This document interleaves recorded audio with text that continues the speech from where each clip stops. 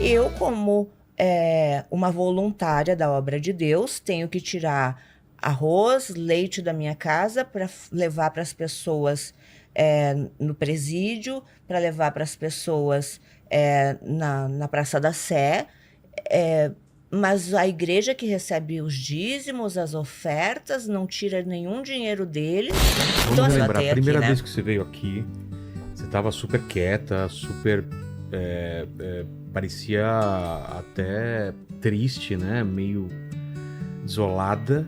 Você veio depois com o teu filho aqui e está vindo aqui de novo. Quais são essas 3 fases da sua vida? Eu vivi uma fase muito religiosa, onde eu fui muito oprimida e eu não podia Explorada ser quem também, eu né? era, explorada e oprimida. O que acontece, Vilela? Todo ser humano tem um vazio. Também E a gente acho. busca em bebida, em drogas, em homens, mulheres, festa, mundo, música. A gente tenta preencher esse vazio com coisas na nossa vida. Então todo ser humano é assim. Ele sempre busca algo para preencher esse vazio. E eu relatei no livro Morri para Viver a minha experiência com Deus. Eu não acreditava de fato que Deus existisse, porque fui abusada na infância, né? Então tive muitos traumas. Então eu tinha dificuldade de acreditar que no mundo tão mal, tão podre, Deus estava vendo tudo isso e não estava fazendo nada. Então que Deus é esse, né? Então, como no livro eu relato, eu vim de uma família evangélica, eu nasci nessa igreja. Então, foi implantado dentro da minha cabeça que o diabo, o medo do diabo. Então, é muito difícil você conseguir no mundo real, você administrar a espiritualidade com o mundo real, principalmente para uma criança, né? Você vai crescendo sendo rejeitada pelo seu pai, abusado por uma pessoa que era para cuidar de você, a sua mãe não sabe lhe dar amor porque ela nunca recebeu amor, ela só sabe bater, é a forma de amar dela. E você naquela época não tinha um psicólogo, não tinha um psiquiatra, não tinha amigos para conversar. Então, assim, o mundo te cria, é muita informação para uma criança que é oprimida e ameaçada, que se contar para alguém, eu mato a sua mãe, né? Então, é tudo isso dentro da gente, a gente é uma bomba a ponto de explodir. Então, eu fiz esse livro, Morri para Viver, para contar tudo isso que eu vivi, justamente para ajudar as pessoas, porque eu passei por uma experiência sobrenatural em 2014. Eu vi a minha alma saindo do corpo. Eu sei que existe um depois. Eu fui para o julgamento da minha alma. Você contou isso aqui. Entende? Eu vi tudo que eu fiz de errado e eu não tinha Jesus, eu fui condenada ao inferno, eu vi o espírito da morte e eu sei que eu estou viva porque minha mãe estava orando, pediu misericórdia e de fato estou aqui. Só que assim, em 2014, foi um choque muito grande. Imagina, você não acredita em Deus, né? Aí você passa por uma experiência sobrenatural, onde você vê a luz de Deus e você tem certeza. Porque o que eu vivi, eu sei o que eu vivi. Então, quando você vem com a gratidão. Você diz, meu Deus, eu tive segunda chance. Eu vou tentar ser a melhor pessoa do mundo. Meu Deus, o que eu faço para te conhecer, para te obedecer? Então eu vim com essa sede de Deus, né, dessa segunda chance. Mas infelizmente eu caí numa igreja errada. Eu caí numa igreja onde a minha família já frequentava há muitos anos e eu sempre fui uma menina assim que eu sempre obedeci. Eu sempre fui obediente. Eu tinha o espírito de rebeldia? Tinha. Mas no fundo, se eu gostasse, se eu admirasse, se eu me sentisse acolhida, eu obedecia. Porque eu não tinha alguém para me cuidar. Então, quando alguém me cuidava, eu me entregava. E eu sentia esse acolhimento dentro dessa religião, mas eu sentia o interesse financeiro. Eu costumo dizer, eu fui mais usada na igreja do que na prostituição. Porque na prostituição, eu combinava com o meu cliente a hora do meu trabalho, eu satisfazia o meu cliente e ele me pagava por aquilo. Então, eu ganhava pelo meu serviço. Na igreja, eu fui usada literalmente, abusada psicologicamente, porque tudo era diabo. Então você fica com medo, oprimida, achando que Deus vai te matar a qualquer momento e você não tem o Espírito Santo, sendo que eu sabia do meu encontro com Deus. Eu sabia da presença do Espírito Santo. Eu fui curada das drogas, eu tinha vício em cocaína, sabe? Eu sacrifiquei o meu eu por amor a Jesus. Eu nem me tocava porque eu achava que era pecado, entende? Eu só ia ter relação sexual depois do casamento, então tudo que foi me dito pela religião eu fiz. Eu fui obediente. porque eu amava as almas. A minha vida era ganhar almas. Porque assim, Vilela, eu já vivi tudo desse mundo. Já viajei para vários países, já usei todo tipo de droga, já me relacionei com todo tipo de pessoas, já ganhei dinheiro, milhões na minha conta, carro importado, cobertura, animais de todos os tipos, macacos, égua, cavalos. Eu já tive tudo que o mundo quer, que as pessoas querem. E isso para mim é maravilhoso, porque assim, hoje eu sei apreciar isso com a minha família.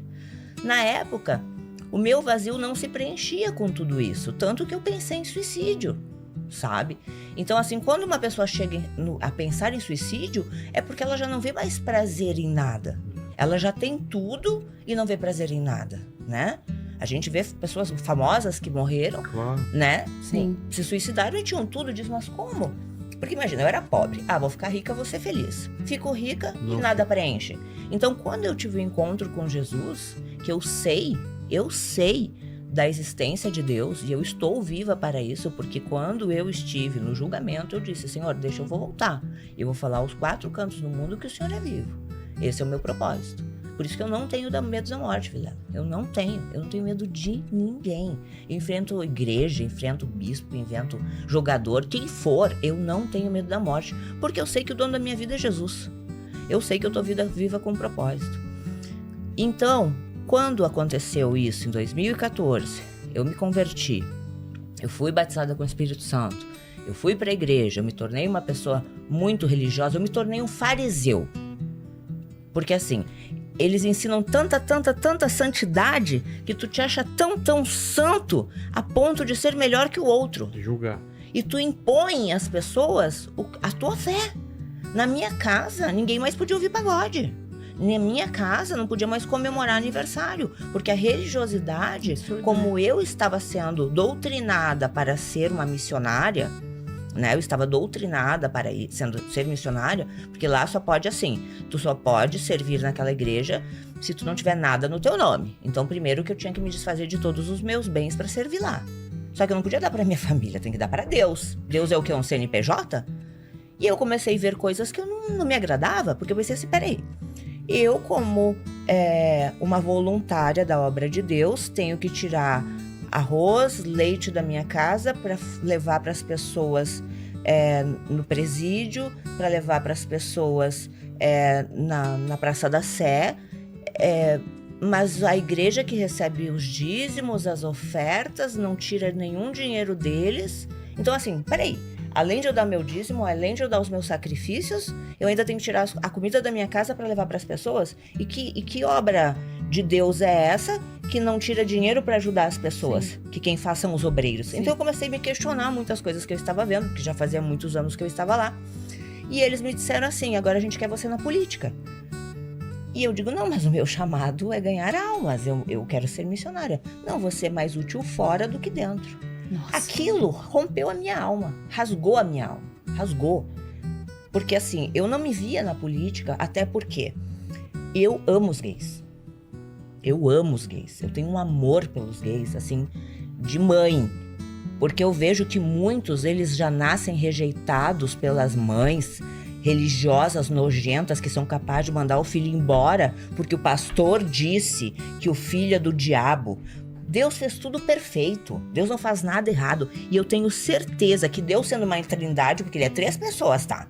Não vem com esse papo não, Deus é 3, então por que a gente não pode? Entendeu? Então não vem com esse papo, já parte daí. Segundo, Deus, ele sendo perfeito, ele não faz nada errado. Por que ele fez os gays? Justamente para confundir os sábios. Aqueles que se acham que são. Porque os gays são mais dignos do que muitos religiosos, que traem as suas esposas, que estão ali no púlpito, que são nojentos e muitas vezes são gays, estão vestidos de pastor, entende? São infelizes a vida inteira infelizes porque eles estão casados com uma pessoa que ele não ama, porque eles obedeceram à igreja. Porque dentro da igreja tinham que casar com quem eles queriam. Exatamente. Não por amor, por fé. Então eu fico pensando, meu Deus, se o fardo de Jesus é leve, por que tá tão pesado sobre mim? Eu amo unha vermelha. Eu já fui de religião e não julgo as religiões, porque eu acho que cada um tem o seu tempo, Sim. né? Tem países que ainda nem conhecem Sim, Jesus, com certeza. né? Até porque a nossa ideia é levar Jesus levar. e quando todos souberem, Jesus volta. Então a gente tem que respeitar a fé. Eu, como uma religiosa fariseu, eu criticava as outras religiões. Porque é isso que é ensinado. Não pode misturar os vinhos. Olha como eles deturpam a palavra de Deus. Se você faz parte, né, de um outro grupo, você não é de Deus, né? Assim, eles segregam, né? Olha só, a igreja, o que ela faz? Ela pega versículos específicos e transforma aquilo como se fosse uma verdade. Não pode misturar os vinhos. Nada a ver isso. O que quer dizer isso? Por exemplo, assim, ó. Eu sou de X igreja, tá? Eu não podia ir na igreja do Felipe ou na igreja do João, porque ele vai me contaminar com a fé dele. Eu sou salva, nós somos salvos, raça eleita, vocês são pecadores. Não ouça música de outros, né, de outras igrejas, não leia livros de outras igrejas. Então, assim, eu comecei a ver que eu estava sendo um fantoche, e ninguém me mandou, sabe? Só que eu me permiti porque eu achei que eu estava obedecendo a Deus. Só que eu estava vivendo uma vida infeliz, porque assim, lá você é obrigado a dizer amém sem questionar o pastor. O pastor falou, é lei, é amém. Você não pode questionar, é amém. E eu fiquei pensando, mas que Deus ditador é esse? Eu deixo de ser filha para ser uma escrava de Deus? É isso. É assim que eu me sentia, uma escrava de Deus. Isso. Que eu tinha que fazer e nunca era suficiente. E um dia eu recebi um áudio, né, de uma pessoa, a qual eu não vou expor, porque ela quer que eu exponha ela para dizer que ela é do diabo, eu sou. Que ela é de Deus, eu sou do diabo. Deixa abaixo. Né? A gente não se vinga, porque eu penso assim, Davi não se vingou de Saul. Opa. É o que eu penso, né? Isso. Então, se Deus colocou lá, deixa ela trabalhar, eu trabalho de outra maneira. Não vou me vingar. Mas eu poderia. E a velha Andressa, ela queria vingança. A velha Andressa queria, sabe, me vingar desses religiosos. Chegou a pensar nisso? Sabe o que eu fiz, Vilela? Eu fui pro hospital psiquiátrico me internar pra não fazer vingança. Porque eu sabia que a vontade de Deus não era essa. Que ele não queria que eu me vingasse, que ele queria que eu perdoasse, que eu vencesse isso. Você pensou em fazer o quê, Gi?